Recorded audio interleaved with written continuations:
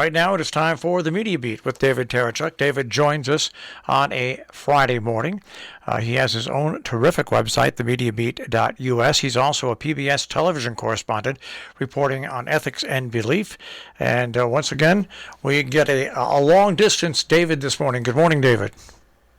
Good morning. Yes, I'm reporting in, not from my usual base of New York City, the media capital of the world, but I'm still in Ireland, and glad to be here, glad to be reporting in once more, joining the persistent questioner, Marshall Miles. I want to talk about persistent questioning today. Can I report? Actually, just before I do that, can I just comment on a follow-up from last week's The Media Beat? Sure. A bit of local news, local Connecticut news. We were talking about the protest against the closure of the Ireland's Great Hunger Museum at Quinnipiac University. Well, it's a news item of great interest from Connecticut, but resonating through Ireland now. And the new development is that since we talked last week, now the Attorney General of Connecticut, William Tong, has launched an investigation into the closure of that museum, a museum that is dear to the hearts, of course, to many Irish Americans and of course, to the Irish back here in Ireland itself. All right, that's hopefully cooler heads will prevail, and it won't be closed down. Hopefully. What the protesters are hoping for, of course, is a change of mind. Yeah. But we'll see if that happens. But at the very least, they want the collection in that museum to be kept whole and not split up and sold. The last thing they want, of course, is for it to be sold off. But anyway, that's that in Connecticut. Here in the British Isles, I need to put in a plea for a better name to be coined for this geographical entity where I'm currently based. The label British is just not correct anymore. That labeling hasn't caught up with modern history. I mean, since the early part of last century, one of the two main islands that make up these isles, the one to the west, the left-hand one, as you look at it on a conventional map, the one you come to first when crossing the Atlantic from the USA, as I just have, this island comprises in the main, in fact, 5/6 of it comprise a wholly separate, independent country from Britain. It's the Republic of Ireland, where I am. So let's not forget that. Nor the inaccuracy of sloppily calling this whole cluster of islands the British Isles. It's just not all British.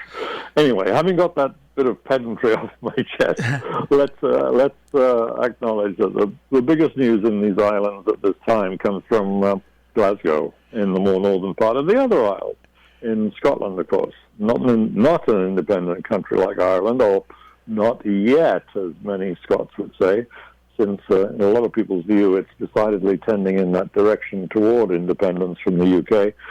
But Glasgow, as you'll know, is currently firmly on the world map for an event chaired by the British Prime Minister, Boris Johnson, the World Climate Change Summit, COP26. Talking about labels, that's an awkward one. It just means the conference of parties to the agreement made in Paris on climate change measures, all getting much more serious now.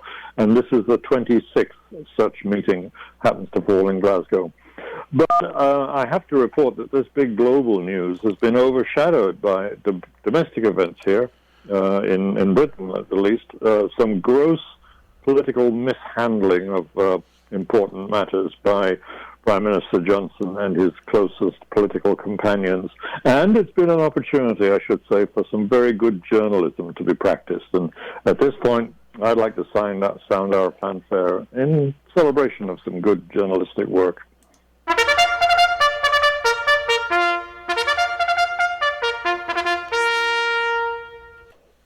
There it is, our fanfare. There's been some very energetic British media coverage of what's being called sleaze, a wonderful word that in journalistic circles. The sleaze among the Johnson crowd.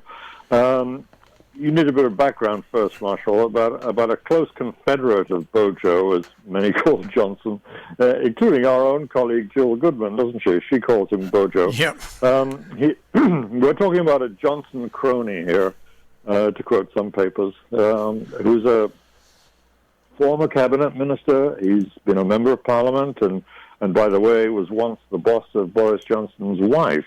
He's called Owen Paterson, but you don't especially need to know his name. The important thing about him is that he was censured by Parliament's disciplinary body. He was found guilty of doing what members of Parliament are expressly forbidden not to do. Forbidden to do what he did, which was to accept money from outside interests, commercial companies, in fact, for carrying out lobbying inside the government and the Parliament on behalf of those commercial interests. When he was found guilty, Boris and his other powerful friends all closed ranks in support of him and made moves to actually abolish the disciplinary process in Parliament and replace it with a whole new body, which looked to everybody suspiciously weighted in favor of Boris's own people.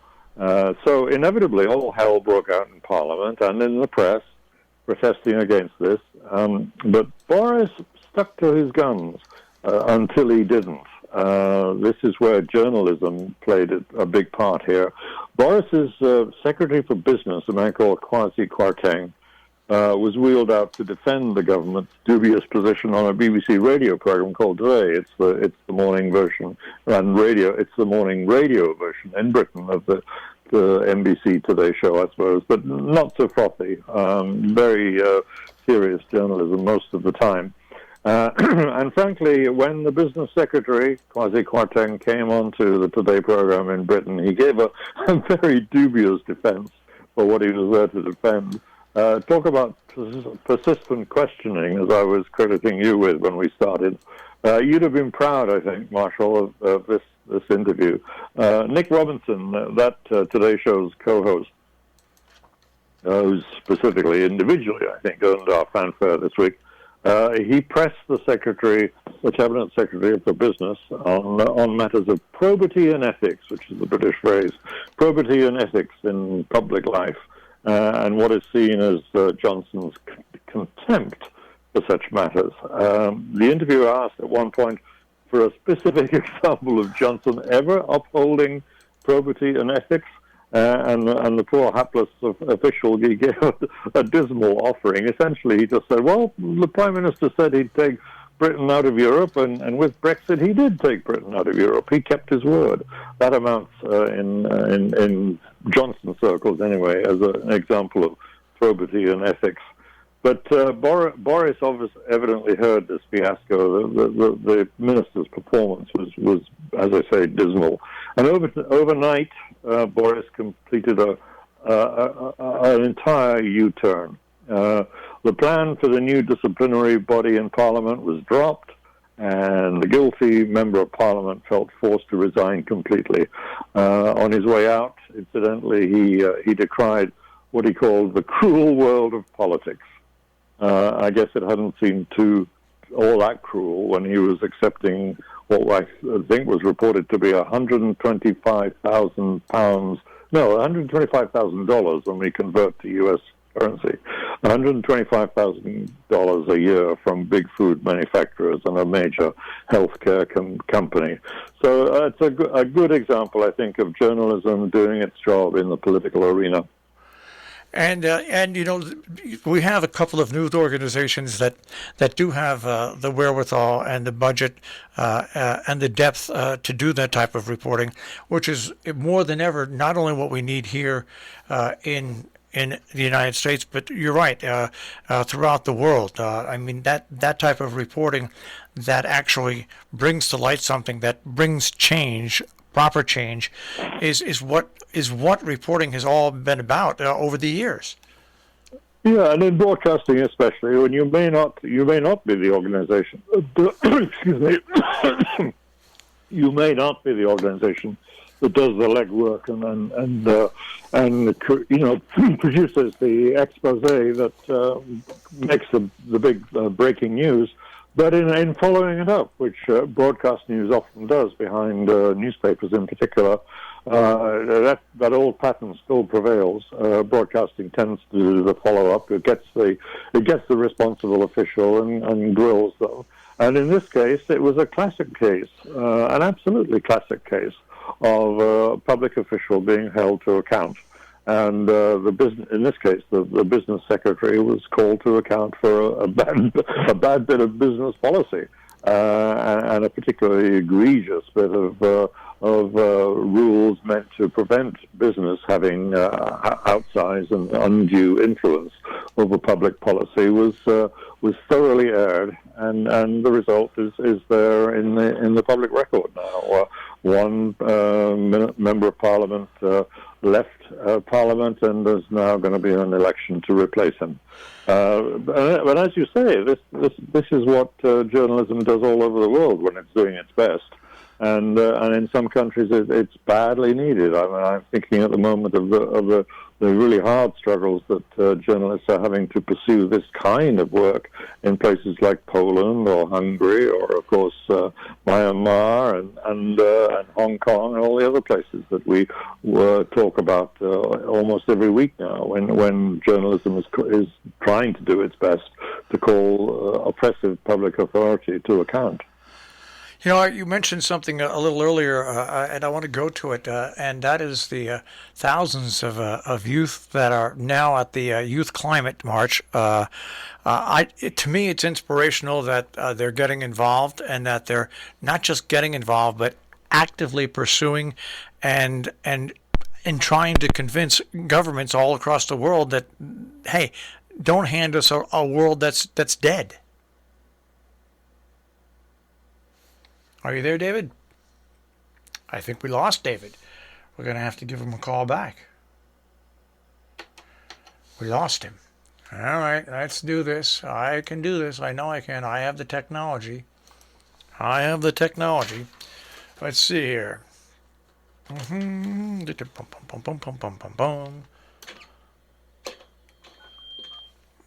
See if this works.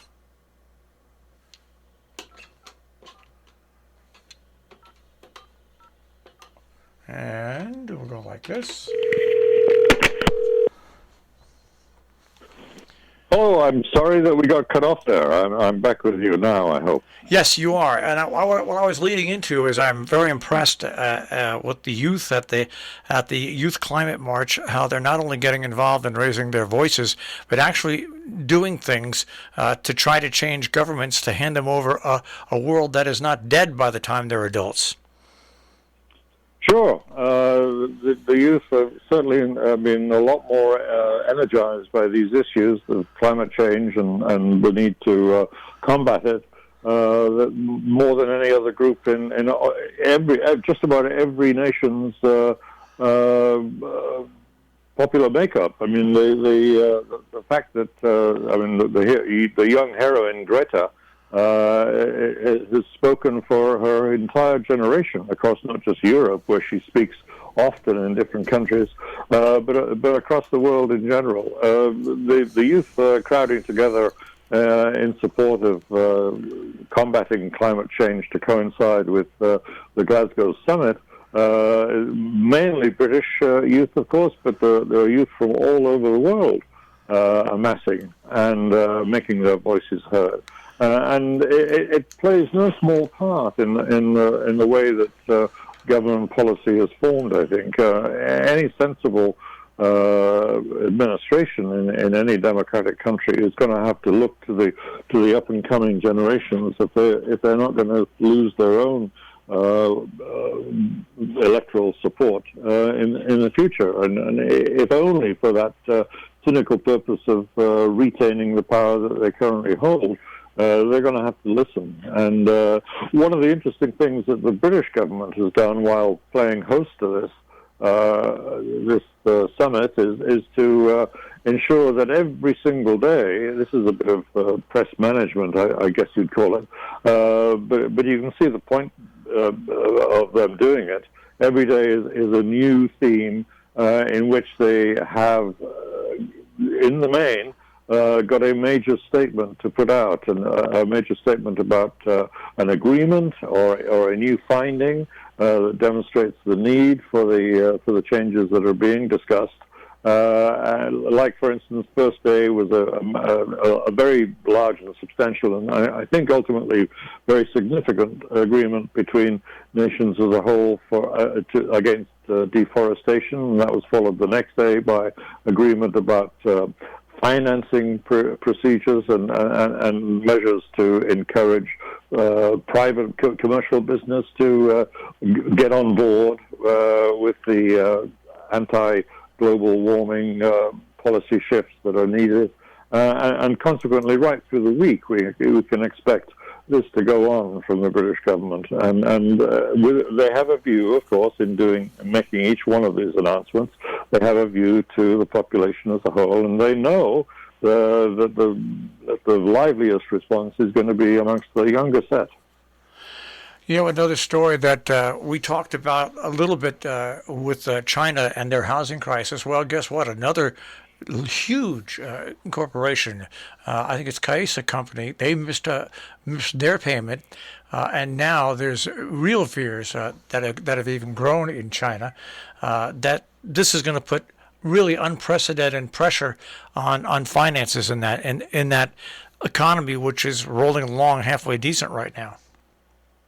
Sure, the growth projected for the Chinese economy already is the second biggest economy in the world, moving ahead leaps and bounds, even though, of course, it was slowed by the pandemic originating in China. And what we'll see now, I think, is something of a dent, even though it may only be temporary, but you never know. It's hard to make economic predictions in this very shaken world business system that's happened in the wake of the global pandemic. Britain, I'm here to report that in these so-called British Isles, there's a crisis just as there is in the United States of the chain supply for business as a whole. Getting products that are made in other parts of the world delivered in anything like a timely basis is proving more and more difficult and is sending costs soaring, contributing to the concerns about inflation that are rampant here in Britain as well as in the United States. And it's all a reflection, I think, of the major damage caused on a global scale. And China discovering, I mean, even in its very strong position, that it has these patches of weakness. I mean, it's examples of overreaching, if you like, in economic growth. All the extraordinary money that was poured into new construction and the extraordinary mushrooming of real estate companies like the ones that have gotten into trouble. And that will have, it is already having its impact upon the money markets. People are very jittery about China's performance overall. And if it goes on like this, it's bound to have greater repercussions around the world. And I want to go back here to the United States, and this amazed me when I read about this morning. In Georgia, they have selected a nearly all-white jury with only one black member in the Georgia murder of 3 white men shooting a black jogger in 2020. The judge noted that he thought it was intentional discrimination, but he's allowing the trial to go on. You know, people in this country want to know why African Americans, Black Americans don't see the advances. This is why you just can't have a jury selected with one black member and the rest white members in a case so volatile as this. Sure, it sends a message. Certainly, that's been picked up here, the other side of the Atlantic. This is the kind of report that gets America yet again a bad name when it comes to race relations. It is so evidently a gross miscarriage of the procedure, the old principle of the trial by one's peers. And that means, of course, the whole principle of judgment by your peers is that juries should reflect the community as a whole, and to cherry pick the members of a jury, as in this case the defense was able to do, and that right should always be used. but in this case, it seems quite clearly to be, have been abused quite clearly, and that message is being blared out to the world at large.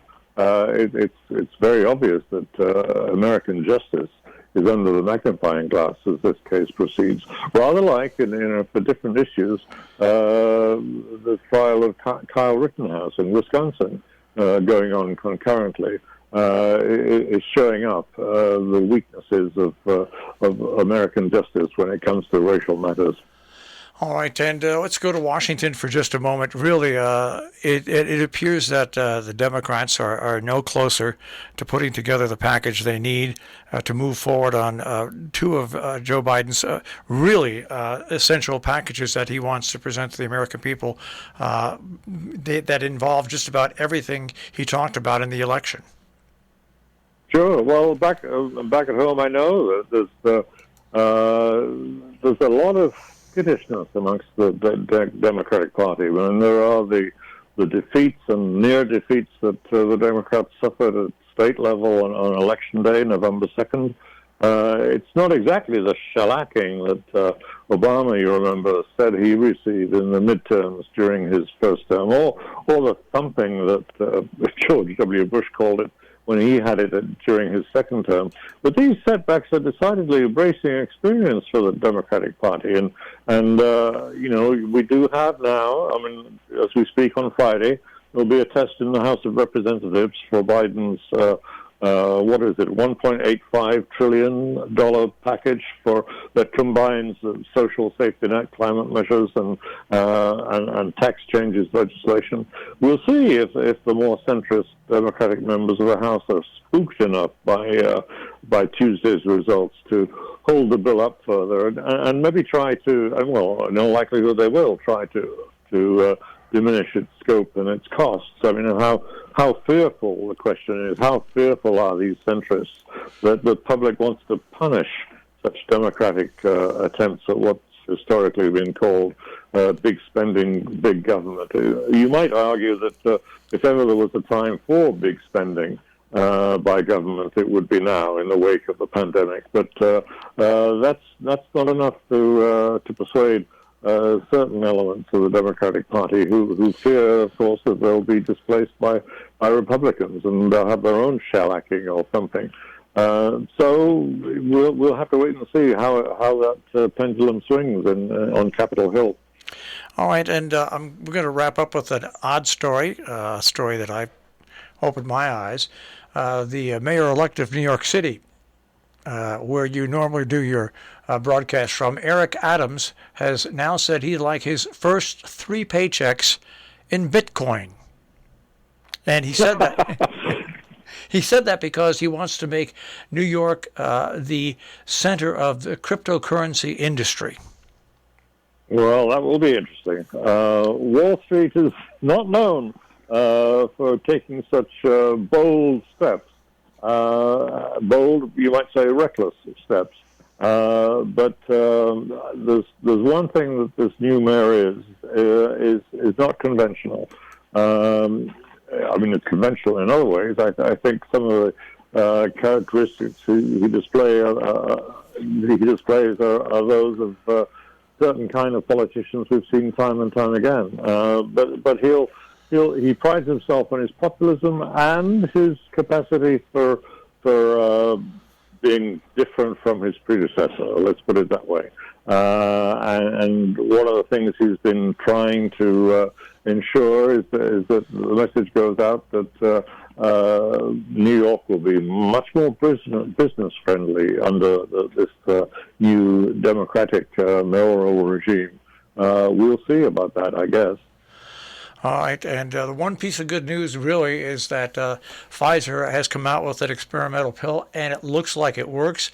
And what it does is it, almost in 90% of the cases, it actually cures and helps push down COVID-19 from people that get that disease. That this is, to me, a far bigger breakthrough than the vaccines. Sure, it looks like an active treatment. Not just a countermeasure or a preventive measure. but something that might actually banish the government, banish the COVID as a disease in individual people, and of course, build up maybe a body of people who have been cured. It would change the map considerably if that turns out to be as fulfilling as their hopes seem to be. David, it's always great to speak to you. Have a good weekend. We'll speak to you next week. And I'll be back in New York by then. I look forward to that. All right. David Tereshchuk with the Media Beat here on Robin Hood Radio and the Robin Hood Radio Network.